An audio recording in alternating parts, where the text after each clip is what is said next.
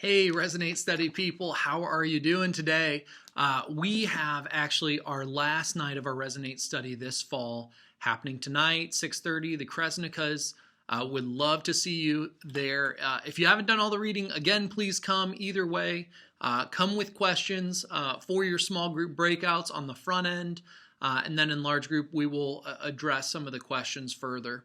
That might have risen up or might be a little more complicated. Quote for the day is this: I've been involved in a number of cults, both as a leader and a follower. You have more fun as a follower, but you make more money as a leader. Creed Bratton from The Office. A better quote would be Matthew 7:15. Beware of false prophets who come to you in sheep's clothing, but are inwardly ravenous wolves. This applies to prophets like Muhammad.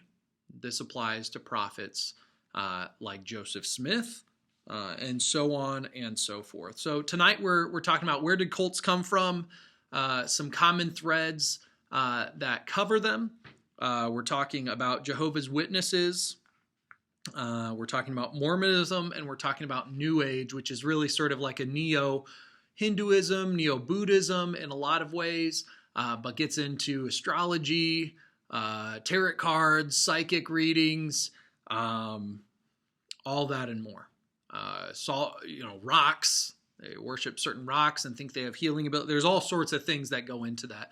And again, as we cover all this, this is really just a brief, short intro and look at these areas. And so longing to discuss this with you. The last chapter that sort of covers nothing new under the sun, where Solomon said, hey, there's nothing new under the sun. That is the reality.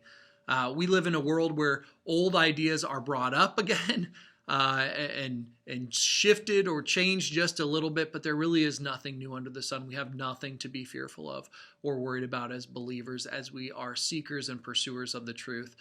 So would love to see you tonight. Love to discuss that with you further. If you have any questions, please feel free to reach out. All right, see you tonight.